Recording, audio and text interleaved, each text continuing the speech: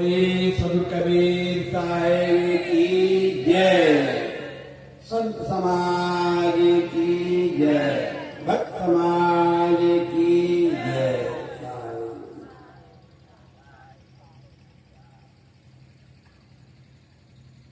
विश्व में संत सदगुरु कबीर साहब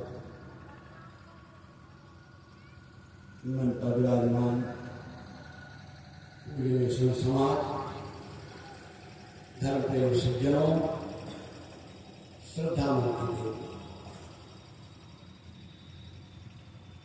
संत कबीर साहब का मुख्य ग्रंथ बीजक है। बीजक ऐसा ग्रंथ है जिसके मानवतावादी विचार, अंधविश्वास, भ्रांतियों का उन्मूलन करने वाला कबीर साहब का एक पद में रखूंगा और उस पद में भी, क्योंकि समय के अनुसार हमें पूरा करना है, तो उसमें से बीच से मैं कुछ पंक्तियां आप में समक्ष रखूंगा और उस पर कुछ विचार।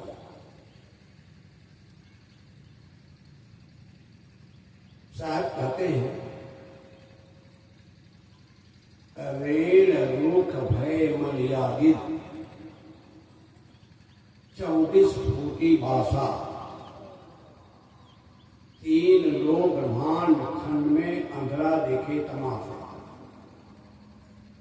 पंगा में सुमेर उलंघे त्रिभुवन मुक्ता डोरे, गूंगा ज्ञान विज्ञान प्रकाशे अनहद बाणु डोरे।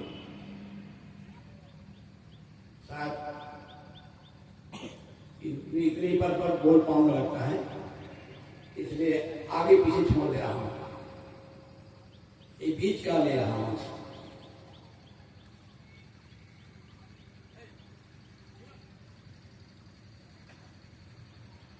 साहब कहते हैं,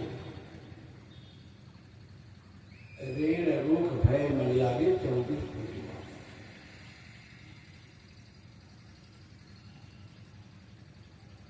यहां साहिब बताना चाहते हैं, ये इस समाज कैसा है और समाज पर कबीर साहब चिंतन दे रहे हैं। वैसे गोस्वामी की एक पंक्तियां हैं रामायण की, मुंह को होए वाचाल पंग चढ़े गिरिवर गहनो, जास कृपास दयाल द्रव सकल कलिमल धन। गोस्वामी जी कहते हैं, गणेश जी की स्तुति में पंक्ति है, मुंह को होए वाचाल पंग चढ़े गिरिवर गहनो। मुंह गूंगे बोलने लगे, अब बोलने में नहीं वाचाल हो गए, बहुत बड़े वक्ता हो गए। अब जो पंगुल एकदम अपाहिज जो है वो एवरेस्ट चोटी पर चढ़ गया। जास कृपास दयाल द्रव सकल कलिमल धर्म। गणेश जी की कृपा से गूंगा जो है बोलने लगा, ज्ञानी हो गया, और जो अपाहिज जो है हिमालय में चोटी पर चढ़ गया। ये हुआ हो या ना हुआ हो, कहानी है। लेकिन मैं जब इस पंक्ति को कबीर साहब का मैं घटाता हूं, सदगुरु कबीर साहब पर जब सोचता हूं, तब मुझे लगता है सचमुच में कबीर साहब ने ऐसा कुछ ज्ञान दिया। कबीर साहब को देन है, कुछ गोदेज में कहीं लिखा है, कबीर गूंगों की आवाज थे। कबीर गूंगों की आवाज थे। सज्जनों, ये समाज, विद्या शिक्षा से वंचित समाज, ये गूंगों बहरों का सर पकड़ लिया। उस समाज को कबीर साहब ने वाणी दी। और आज हम लोग यहां पर दहाड़ के जो बोल रहे हैं ना, कबीर साहब जैसे शास्त्र ना हुए होते और भारतीय संविधान के में शक्ति न मिली होती तो आज हम यहां पर खुल करके अपनी बात नहीं रख सकते। तो रेण रूख भय मलियागिरी, रेण रेडी पेड़ आप लोग देखे होंगे, जिसका तेल निकाला जाता है, रेण सब जानते होंगे। तो रेण जो है वो छोटा पेड़ होता है। साहब क्या कहते हैं, रेण रूख भय, रूख आम, बरगद, पीपल, महुआ, ऐसे बड़े बड़े झाड़ होते हैं, रूख कहते हैं। रेण रूख भय मलियागिरी, रेण रूख हो गया। इतना ही नहीं, मलियागिरी हो गए और चारों तरफ सुगंधी फैल रही है। संत कबीर साहब अपनी बातें, अधिकतम रचनाएं कबीर साहब की वो व्यंजना में है। यहां भी व्यंजना में साधता रहे, रेण रूख भय मलियागिरी। क्या कहना चाह रहे हैं? ये रेण जो दबे कुचले, जिसको अछूत, अब पता नहीं क्या क्या कहा गया, और क्या हो गए, रूप हो गए। रेण रूप रूप हो गए। कबीर साहब के लोग एक पंक्ति है, ओरिया के पानी बड़े दिन जाए, ओरिया के पानी बड़े दिन जाए, लौकी डूबे स्थित उतराए। ओरवनी ओरिया का पानी कहां पहुंचा, बड़े दिन। अभी तक जिसको तुच्छ कह रहे थे, अछूत कह रहे थे, दीनहीन लाचार मानकर जिनकी उपेक्षा कर रहे थे, वो कहां पहुंचे? संत रैदास लिख लीजिए, कहा संत रैदास, और उसकी प्रसिद्धि, उनके त्याग तप, उनकी दिव्य रहनी की सुगंधी इतनी फैली कि 7 पर्दे के अंदर रहने वाली राज रानी मीरा उनके चरणों में आके बैठ रही है। संत रैदास जी जूता तैयार कर रहे हैं। वहां कोई गलीचा नहीं है, वहां कोई चादर नहीं बिछी है। धूल में आकर के संत रैदास की झोपड़ी में आकर के मीरा बैठ जाती है, कहे भगवान मेरे उद्धार के लिए, मेरे कल्याण के लिए दो बातें मुझे सुना। तो 7 पर्दे के अंदर रहने वाली मीरा, संस्कृत भाषा का असुर पश्या, इसका अर्थ होता है जिसके शरीर में सूर्य के किरण नहीं पड़ते, वो सूर्य पश्या। और राज रानी मीरा संत रैदास, चित्तौड़गढ़ के महारानी झाली काशी आती है दीक्षा लेने के लिए, देखती है तमाम बड़े बड़े वेदाचार शास्त्राचार महाउपाध्याय गली गली में है,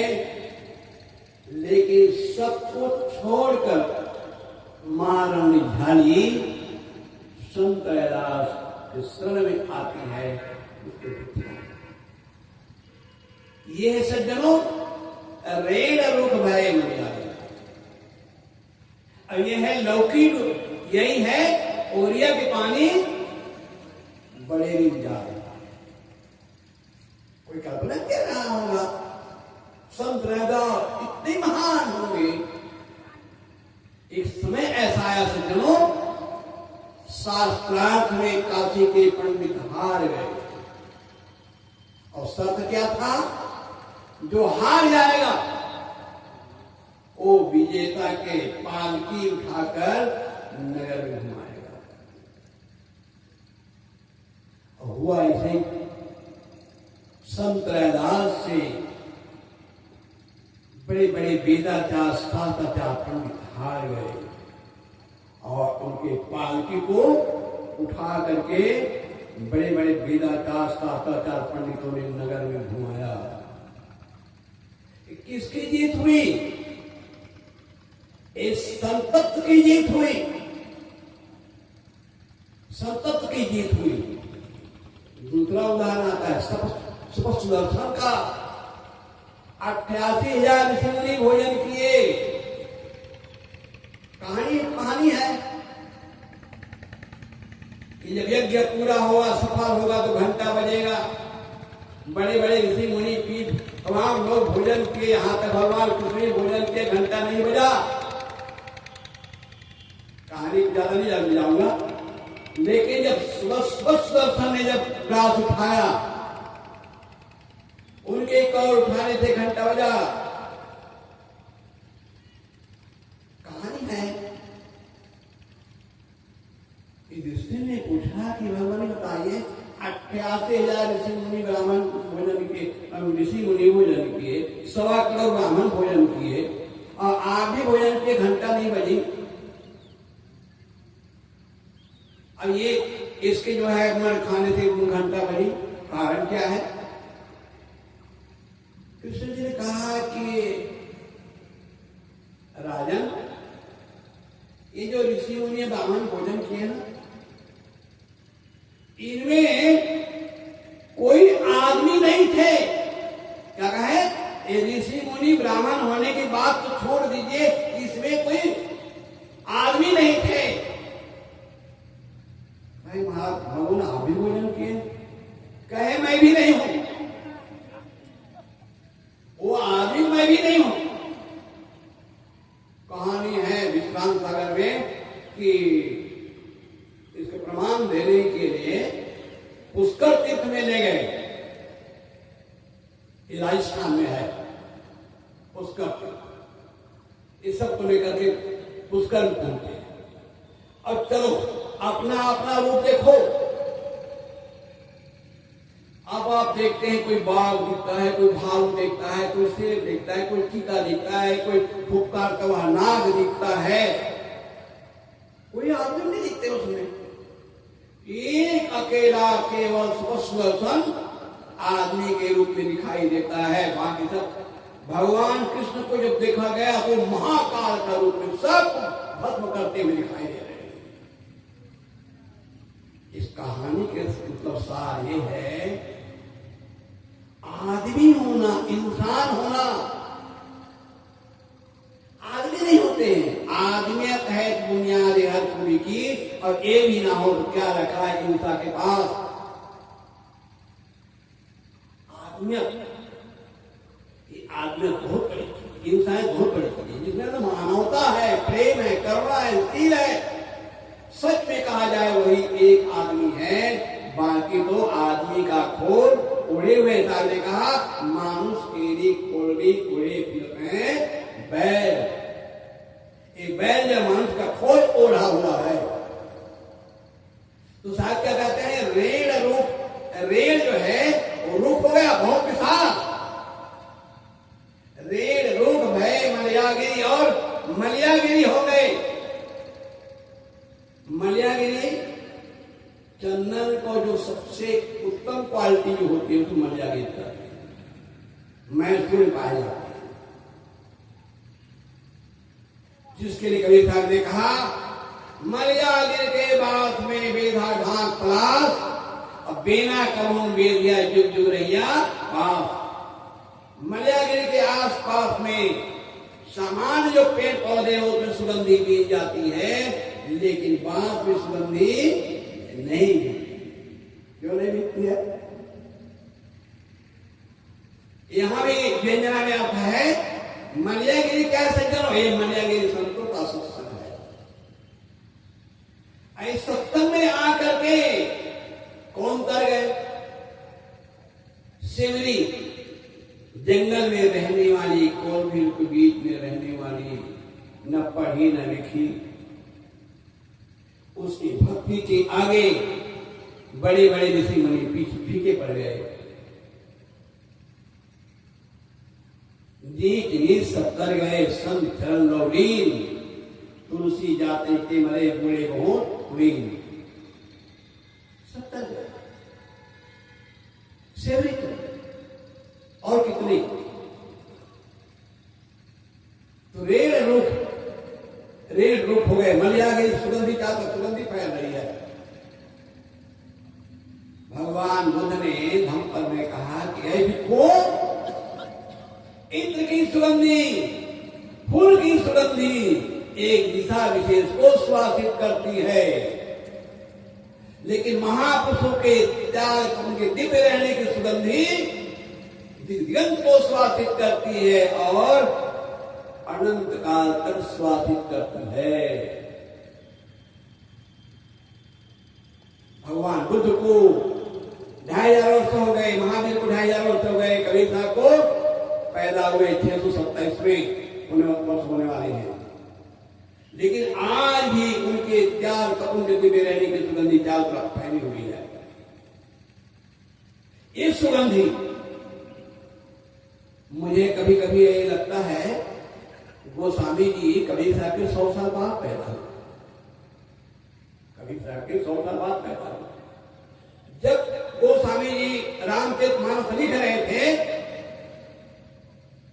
तब देखते क्या है, चारों तरफ निर्गुण धारा संतों का धूम मची हुई है,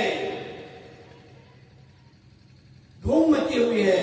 संत महात्मा उपदेश कर रहे हैं, प्रवचन कर रहे हैं, भजन गा रहे हैं, और गोस्वामी जी के पक्के व्यवस्थावादी और कहीं साथ शब्द कहे जातिवादी, उनको ये बहुत खा गया। 2 बात गोस्वामी जी बहुत खा लिया।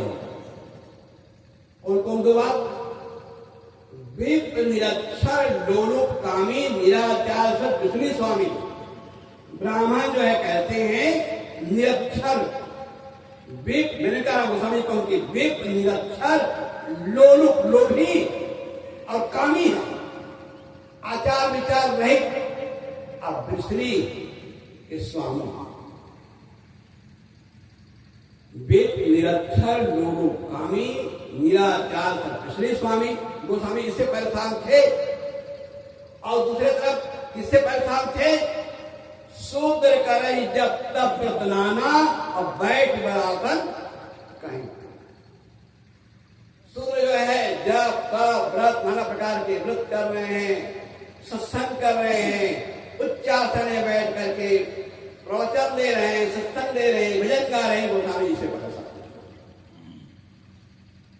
गोस्वामी जी इस बात से परेशान।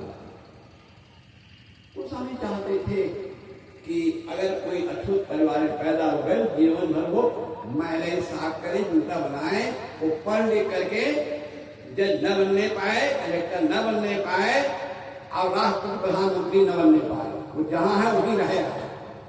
एक गोस्वामी चिंतन मैं कह रहा था, रेड़ रुख भय मलयागिरी, रेड़ रुख हो गए और मलयागिरी का तुम सुगंधी फैलने लगी। कबीर साहब कहां पैदा हुआ? नीरू नीमा के बच्चे थे। मेरी पुस्तक है कबीरे खो, जन्म और माता पिता। जो देखना चाहें हमारी पुस्तक नहीं लगाए हैं, हमारी पुस्तकें आई हुई हैं, जिनको चाहिए देख सके प्रोजेक्ट के बाद। कबीर साहब नीरू नीमा सुनता, नीरू नीमा जुड़ा है, कपड़ा बुनने वाले, लेकिन कपड़ा बुनने वाले जुलाहे के बेटे होकर के उन्होंने इतना सात समुद्र पार से विद्वानों का तांता लगा है कबीर को पढ़ने के लिए। ये विशेषता की भाषा है उनके त्याग, उनके दिव्य रहने, उनके दो टूक कहने की शैली, मानवता के साथ साथ संदेश कभी तक दिया तो रेण रूप है मलयागे 34 फुटी भाषा। 3 लोग ब्रह्मांड खंड में अंधरा दिखे तमाशा। हमारे तो आंखें सीधी गई थी। पंचग्रंथि में श्री राम प्रसाद साहब ने रूपक दिया है, हमारे आंखें सीधी गई थी। आंख उन्होंने सियल व्याधा ने हमारे आंख सीधी, पंख काट दिए थे। तुम विचार नहीं कर सकते हो, तुम सोच नहीं सकते हो। जो परंपरा जो कहती आ रही साथ में जो लिखा है उसको आंख मूंद के मानना पड़ेगा। एक प्रकार से हमारी आंखें, कभी सबने आंखें दी, हमारे आंखें खोली, कभी सबने हमारे आंखें खोली। जो सिलाई कर दिए थे, बंद कर दिए थे, हमारे सोचने विचारने के पंख काट दिए थे, और पंख को पुनः उन्होंने जीवित किया। सोचने विचारने के पंख दिया, विचार विवेक और विचार के नेत्र खोला। 3 लोग ब्रह्मांड खंड में अंधरा दिखे तमाशा। पंगा मेर सुमेर बुलंद है। ये भाग्यवान, ये पंगा से क्या होता है?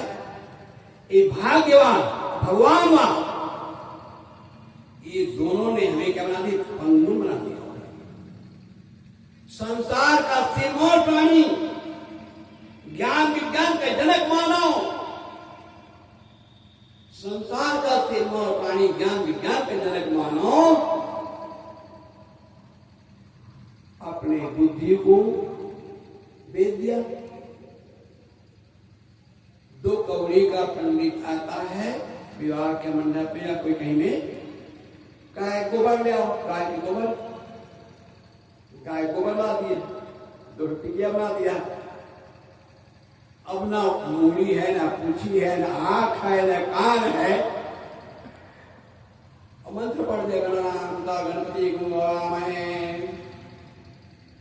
अच्छे पढ़े लिखे लोग, कलेक्टर है, डॉक्टर है, एसपी है, जज है, वो गोबर गुंडी के आगे नाक रगड़ रहा है। ये क्या है? कबीर साहब ने कहा ये गोबर गुंडी से कल्याण होने वाला नहीं।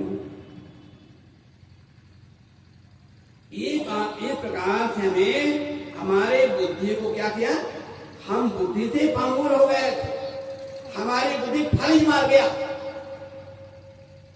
बुद्धि जब फालिज मार देता है ना, तब फिर आदमी पता नहीं कहां कहां भटकता है। कौन का जंत्र मंत्र शकुन दिशा सूद हक्को दे बग्गो दे, पता नहीं कहां कहां कैसे कैसे भ्रांति भटकता है आदमी।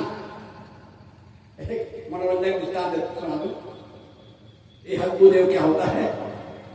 एक महिला जो है अपने सब्जी भाजी बेचने के लिए बाजार गई थी। गोद में छोटा बच्चा था। अब वो बढ़िया उनके दुकान में भीड़ लगी थी। इतने बच्चा हु करने लगा। माँ समझ गई, भाई खब जाने खब ही की भाषा। माँ जो बच्चे भाषा समझती है, तो क्या हुआ कि उसको कहाँ जाना, वहीं बैठा दी। बच्चे ने अपना सोच के अब गंदगी के लिए क्या करें, अब कहाँ साफ करने आ बेचारी, उठा के एक उठा भले डाल और ठक गया। और ढक गया तो जो है पेट मान के चल दिए। अगल बगल के लोग देखिए, अरे ये हमसे पीछे आई है और जल्दी के सामान पीछे जल्दी चलिए। पड़ोस के लोग कहा, अरे देखे नहीं क्या देवता विराजी है, और देवता के आगे पूजा की, अब पूजा किए तो जल्दी बेच चलिए। अब जो है ले भैया पूजा शुरू हो गई हक्कू देव की। जो तमाम व्यापारी ला के सामान अपना सामान चढ़ाने लगे, रुपया पैसा चढ़ने लगा। अब बड़ी चढ़ोतरी होने लगी। अब बड़ी चढ़ोतरी होने लगी तो जहाँ कहते हैं जहाँ देखी दाव पड़ा वहां बिताती सारी रात, चाहे साईं बाबा हो चाहे कहीं हो, वहां हम देखते हैं तो वहां पर डेरा डाल देते हैं। आप दो ब्राह्मण इकट्ठे हो गए, कहे हम पुजारी हैं, कहे हमारे दादा पिता उसका पूजा करते आ रहे, कहे तुम्हारे दादा हमारे क्या पीढ़ी पूजा करते आ रहे हैं। अब वो झगड़ा हो गया तो केस राजा के पास पहुंचा। दो फरियादी हैं, हम पुजारी। राजा अपने मंत्री का हमें देखो जाए क्या बात है। अब मंत्री भाई अपना जांच शुरू किया। सीबीआई जांच करते ना, पानी डूबे बचाता है, खोज निकालता है। अब जांच चालू हुआ तो खोजते वो महिला पता चला कि सबसे पहले फलानी महिला भी जाती है। वही इसका इतिहास बताए। उस महिला को हाजिर किया गया। ऐसा बताओ ये देवता का इतिहास क्या है, नाम क्या है देवता का। और महिला बेचारी बहुत शर्माई, अब क्या बताऊं। तो कहा हुजूर मेरे अपराध क्षमा करने का मुझे आश्वासन दे तो मैं सच बताऊं। राजा ने कहा मैं अभय प्रदान किया जाता है, सच बताओ इसका इतिहास क्या है। उन्हें बताई क्या है महाराज, मैं जो है सब्जी भाजी लेकर के आए थे, गोद छोटा बच्चा था, बच्चे टट्टी लगाई, मैं कहाँ ले जाती उसको, वहीं बैठा दी, गंदगी ढाकने के लिए की भाजी ढाल दी। लोगों ने पूछा कौन सा देवता, कहा को देव। सब माथा पीटने कहा हम जो है एक चक्कर पड़ गए। ऐसे होता है क्योंकि जब विवेक विचार की आंखें जब बंद हो जाती है, हमारी बुद्धि फाड़ी मार देती है, तब ऐसे ही हकीकत होता है। तो मैं कह रहा था रेड़ रोग भय मलियागिर चौंतीस टूटी बात। कभी गुमों की आवाज थे, हजारों साल से हमारी जुबान बंद थी। और एक बात बताऊं आपको, इतिहास भी बताता है कि दास प्रथा में जो खरीद के लाया जाता था, उसकी इतनी यात्राएं ली जाती थी कि अगर कल आदमी मर जाए तो जो मारने वाला है ना ऊपर कोई डर नहीं लगता था कि अपने मौत से मर गया, उसके वही नियत थी। अब इतनी यातना के बाद आज उठ नहीं कर सकता था। ऐसा ही समाज जो कबीर साहब ने वाणी दी। कबीर साहब ने कहा कर महिया वाला आपकी छाड़ दिया मीनास, जाके आंगन नदिया बहे भाग्यवान भगवान बात को धाराशाही करके कबीर साहब पुरुषार्थ बात का संदेश दिया। मैंने बचपन से ब्रह्मानंद जी के भजन में पढ़े थे। मुझे याद नहीं है कि दो पुस्तक हमारे शरीर संबंधी पिताजी जो ला कर रखे थे, कब लाए थे मैं जानता नहीं। एक रामचरित मानस गुटका था आटोकान वाला, और एक जो है ब्रह्मानंद का भजन। ये दो पुस्तक जब मैंने देखा कि वो दो पुस्तक मुझे बचपन से मिला, तो ब्रह्मानंद भजन में आया पुरुषार्थ से करो सदानंद, पुरुषार्थ से करो सदानंद, कर्म कर्म तू क्या गावे। और ऐसी वस्तु नहीं दुनिया में जो पुरुषार्थ से नहीं, पुरुषार्थी बनो। आज देखो पुरुषार्थ का ये परिणाम है, विज्ञान का आप देख रहे हैं, सारा विज्ञान का जो चमत्कार है पुरुषार्थ का। आदमी चंद्र ग्रह, मंगल ग्रह और कहां चित्र बढ़ रहा है, ये आदमी की पुरुषार्थ है।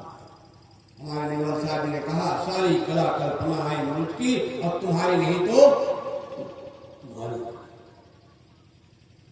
ये मनुष्य की शक्ति है, विज्ञान का चमत्कार है।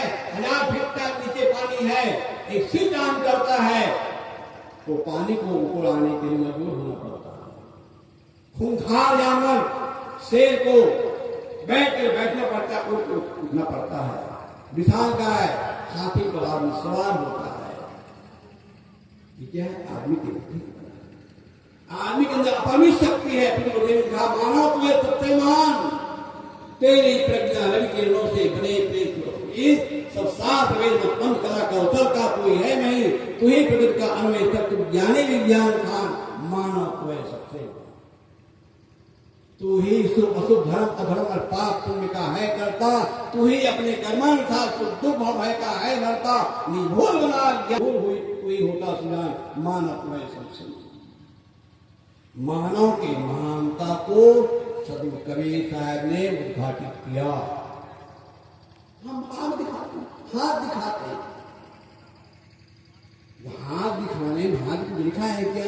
लेकिन पंडित भैया ठगते रहते हैं, तुमको ऐसा लिखा वैसा लिखा, राहु लगा है, केतु लगा है, शनि लगा है, हम ठगाते रहते हैं।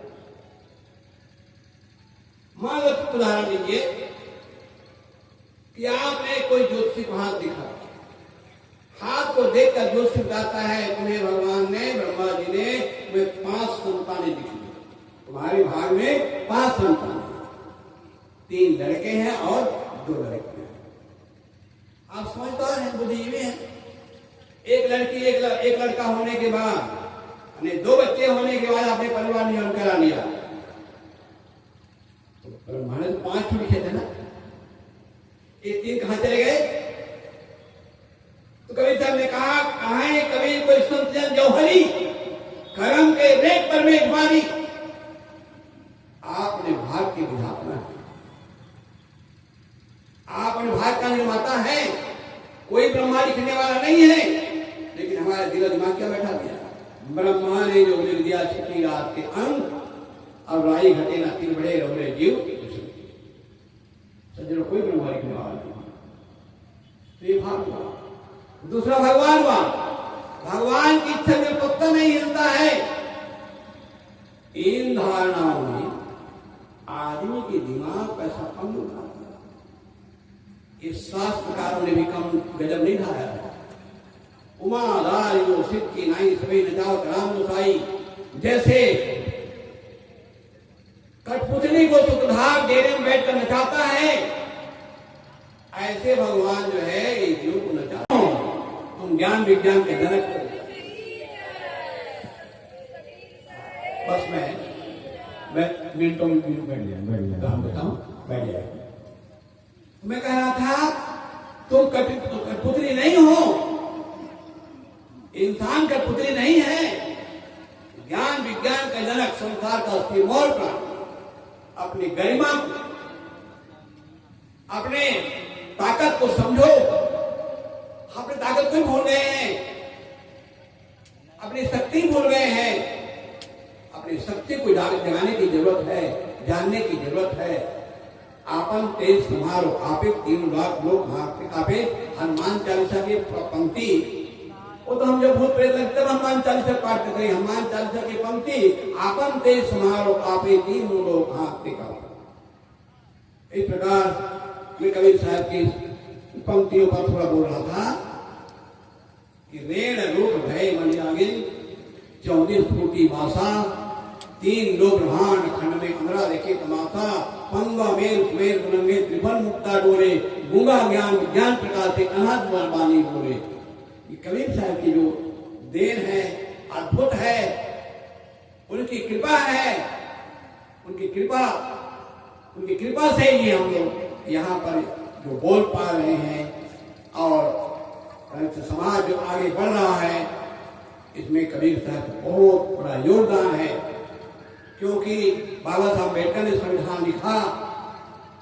बाबा साहब अम्बेडकर के माता पक्ष पिता पक्ष दोनों कबीरपंथी थे। कबीर साहब के विचार उनको जो है अपने पूर्वजों से मिला था, जिसके आधार पर उन्होंने भारत संविधान तैयार किया। तो जिसके आधार पर हम आज देख रहे हैं कि महिलाओं के लिए कहा कहती तो अबला है, संवैधानिक शक्ति मिली तो महिलाओं में आज मुर्मू जी हमारे देश के राष्ट्रपति हैं। नहीं तो जंगल में रहने वाले कोई के राष्ट्रपति के सपना देखते क्या? ये संवैधानिक शक्ति कारण से मिले सज्जनों। इस प्रकार सब कबीर साहब अपरिमित देन है, उसको मैंने थोड़ा से नए चिंतन दिया और अब मैं अपने वाणी पर ध्यान देता हूँ। बोलिए सदगुरु कबीर साहब की जय।